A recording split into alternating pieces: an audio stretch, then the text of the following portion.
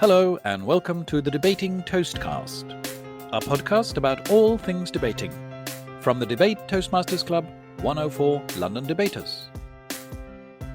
Hi, William here from 104 London Debaters and the Debaters Toastcast. And today I am very lucky to have with me my two fellow debaters and members of 104 London Debaters, Philip Corliss and David Sexton. Hello, hello. Now, they will be allowed to introduce themselves in just a moment, but let me first tell you what we're going to talk about.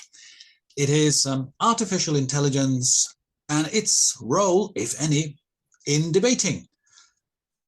Will it replace us or will it assist us? Perhaps it will assist us at first and then displace us when it doesn't need us anymore. Well, as I said, to help me talk about this and perhaps find out some more about it, I've got Philip and David. So perhaps, Philip, you can introduce yourself first. How long have you been a Toastmaster, and when did you come to 104 London Debaters, and why on earth?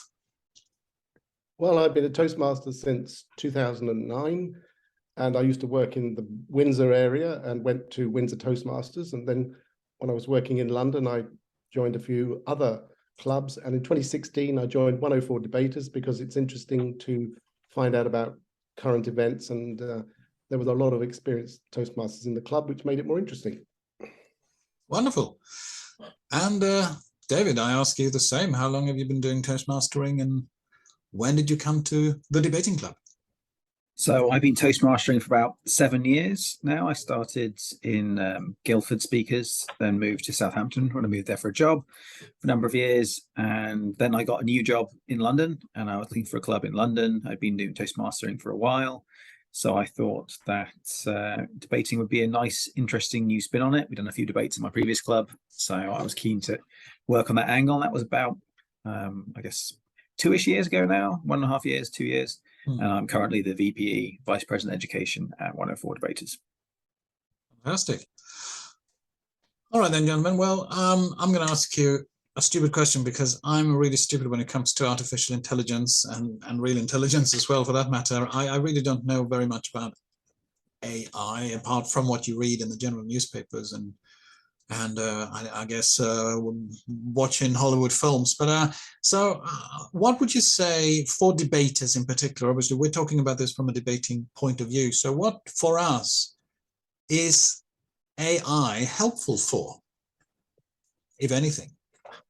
Well, we've ChatGPT came onto the scene, I think, in December. There's a lot of talk about it. So I have been trying it. I've tried it a bit already in debates to try and get to write speeches, and it will write speeches for either side of the debate. And quite a good research tool to just get a very understandable, digestible summary of a debate. It also lets you know about the opposition. I've usually done it after we've had the initial brainstorming ideas with our debating teams, and it will usually cover the main points. So it's pretty good at doing a short summary. I don't think that the debates themselves are necessarily the best scripts. It won't use rhetoric or things like that, but it's very quick to get it out there, and it's very nice to kind of test opposition arguments and things like that as well very quickly. So it's a good research tool. And Philip, what would you say? Is it is it as biased as humans? Well, I personally was amazed when I first started using ChatGPT. I mean, I'd heard about artificial intelligence working in the background in a lot of large companies doing research into artificial intelligence. And I always thought it was something in the future, but I tried ChatGPT about a month ago, and I've just been using it every day since, and it's really good. And yes, it's biased. Yes, it makes mistakes, but I think it gives me access to knowledge and to the organization of knowledge. I can find out about books I've read in the past, have discussions with it about philosophers, and it comes back with the most interesting information. So yes, it's biased and it's based on human research, but I think it's a tool that's, it's in the early stages, and it's going to get better and better, and it's already very good. That's quite interesting point about bias. When we did this show, did our brainstorming, I then did use ChatGPT to do the arguments of what are the advantages and what are the disadvantages. And it was, it did do it for the disadvantages, but it very much had just like, well, it's still a useful tool. It has these drawbacks. Whereas for the advantage one, it was just like, it's great.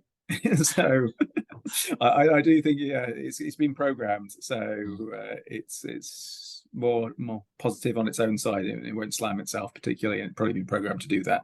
So with software, you have to think that same with Google. Google's bias as well. It gives you ad searches before it will give you other searches and things like that. So it's not a completely unbiased tool. And does it make it easier for someone who has short of time, perhaps, to commit to doing a debate? Would it sort of lower the entry a little bit in that sense, or? I mean, I would say it's always better to write your own script than to have someone else write it. But in my previous Toastmaster Club, one of the things I did when people were really procrastinating from doing speeches was just use a historical speech and deliver that, because the writing was the bottleneck. And if the speech writing is the bottleneck, particularly for the first speaker or in the first speeches, I think it can be a good tool to actually lower what I call lowering the scope of the task, but still doing it to get into that habit of debating. I'd rather people do something a bit less and actually do the debating than not do it at all. So I think it'd be a useful tool for that, because you'll get a speech out of ChatGPT and one you can deliver, and it's very clearly written and things. Will everybody end up doing the same speech then? Yeah, they'll be similar. They'll be slightly. It depends on the prompts you use as well, but they're very different each time if you try it. But yeah, they will be similar. There'll be a similar cadence as well. Which brings us, I guess, to sort of my next question, which is, so what are the limits, at least currently? I mean, it's an ever evolving and changing field, obviously. But what would you say, Philip, is the main limits at the moment, in your opinion? Can't give you the exact terminology, but I think people have common sense, and I think there's a thing called the background, which is part of all knowledge, and it's something which a human being can understand, and sometimes the machine doesn't have that sort of contextual experience of a human being, and it makes mistakes.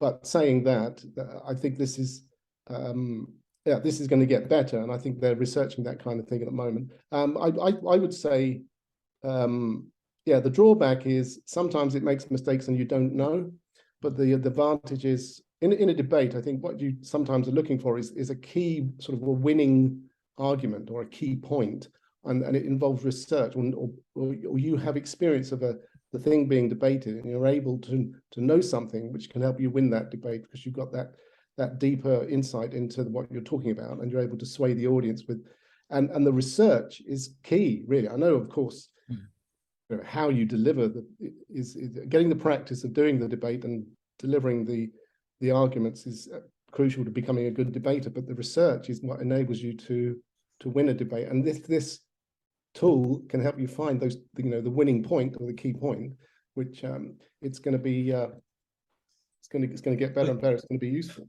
If both sides are using the tool, then they are sort of you're back at square one, aren't you? So well, I think not so much, because we only have so much time to research anyway in our kind of debating, which is, we're debating for fun. We have other jobs at the same time. We have a few weeks to prepare. So we'll be looking at, I guess, more of the cursory engagement. ChatGPT will give you the top level main points of the debate, but it won't put a creative spin on things, which can often be an interesting part of a debate, like define the motion in a way which is correct, but maybe a bit more creative than the literal interpretations. That's something it definitely won't do.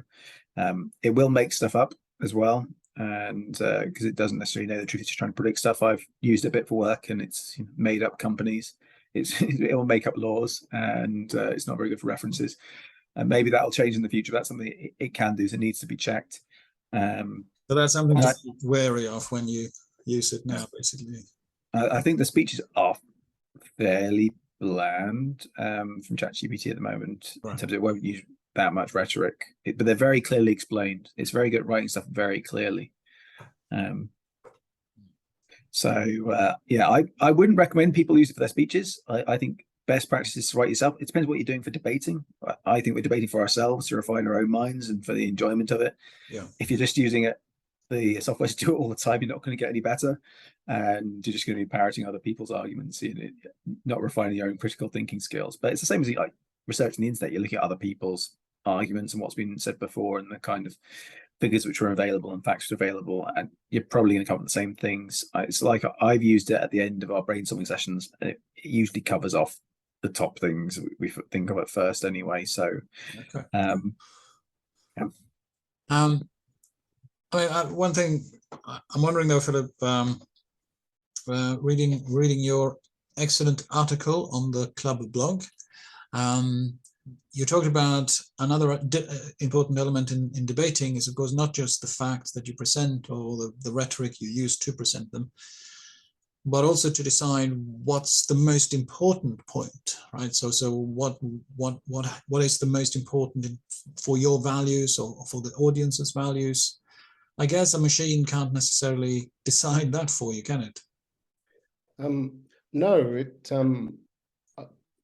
and I agree 100% with David that you learn by making an effort to learn, and there's something about the blood, sweat, and tears of trying to prepare a debate on your own, which enables you to remember and to be a better communicator. You can't just receive the information from the machine, but saying that it does have a lot of flexibility because it can produce arguments. You could say, could you present the argument in the style of Boris Johnson, and it can do something very interesting in that way. Or you could choose anyone you like, or could you present the argument using these from the point of view of a right wing or a left wing person? So that's, but I think probably the best thing is arguing with it.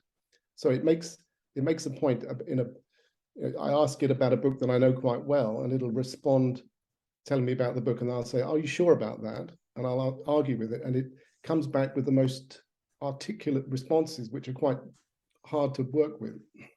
So it tests you, pushes you. Right, I see. So perhaps we could have a debate against the machine. I mean, that was done in that project that we talked a little bit about before we started recording, which was called, what was it called again? Project Debater, wasn't it? Yes. Where they actually took a machine that programmed a machine, programmed an algorithm, whatever you call it, and then they had it debate one of the world champion debaters, and yeah, it came out. So I think it lost once, and then it was a draw, and it won once or something like that, or it was very similar, very close, the results. And the audience had answered on a question put to them on a poll of which of the two debaters that were most informative in terms of their learning facts, that the audience learned facts, and that was indeed the machine debater, which as the guy said who led the project, this was expected because a machine will use a lot of facts and figures. They have all these billions of facts basically ready to just mine and grab and use, whereas a human will have to remember and recall it and articulate it, and may perhaps use more, like David said earlier, you're not going to get the same level of emotional rhetoric from a machine, perhaps. So I guess maybe not for the moment, but what I will say is I don't think it matters even if you get machines which are better at debating than people, especially for us, because we're debating as a hobby. We've had machines which are faster than people for 100+ years, but we still have people racing and doing 100-meter dash to see who's the fastest, because there's a point in doing it and people doing it. In chess, I think it's been like 40 years, and machines have been better than people, but people still play and compete at chess. Yeah. So I don't think it matters for debate, even if machines do get better, but people will still want to do it and test themselves. So finally, then, I think, can we present to our listeners some top tips as to how exactly we go about for using it the most effectively and sensibly, shall we say, so that it can actually be useful for you. So I'll start with David and then come to Philip. So David, if you because you said you've used this a little bit, so perhaps you've got some top tips. So what I've done, and that's been after we've had those initial brainstorming rounds with the teams, I've then used ChatGPT to look at either side of the argument and get to write a few things based on different prompts to see if you come up with any areas you've missed. I think maybe find one or two arguments you haven't really covered. As I said, it'll get the top thing, the things you get from Googling anyway, those kind of top arguments, and it will write them in a sensible way. But it won't really put very much rhetoric in it. It won't be creative about the kind of slant to take on. That's something you start to make a decision for. So one of the things, it won't do anything very recent at the moment. If you're using ChatGPT, I think it's like 2001 it's gone up to. Anything more recent than that, it'll try and refuse to answer, or maybe it makes something up. So I won't do anything super recent. Well, yes. Well, I'm sort of a bit addicted to it. But I like asking it questions because it doesn't argue. I mean, it doesn't mind me asking it questions. So I can ask it as many questions as I like, and I can ask absolutely tactless questions of it, and it'll put forward a beautiful argument, and then I can tear it to pieces by asking it questions. And you can practice. If you ask an expert normally, and you keep asking them questions, they'll say, please go away. But what's the one wording you would use to get the most interesting answer, you think, or what have you found so far? I think why. Well, with that, I say thank you very much to Philip Corliss, David Sexton, my fellow members in 104 London Debaters, and I hope you enjoyed listening to this podcast, and until next time, goodbye. You've been listening to the Debating Toastcast. Feel free to leave a comment, critical or encouraging. We welcome both. And if you'd like more information about joining the club or coming first as a guest, please have a look at our website, 104londondebaters.club, or send us an email on info@104londondebaters.club. That's info@104londondebaters.club. Thank you for listening.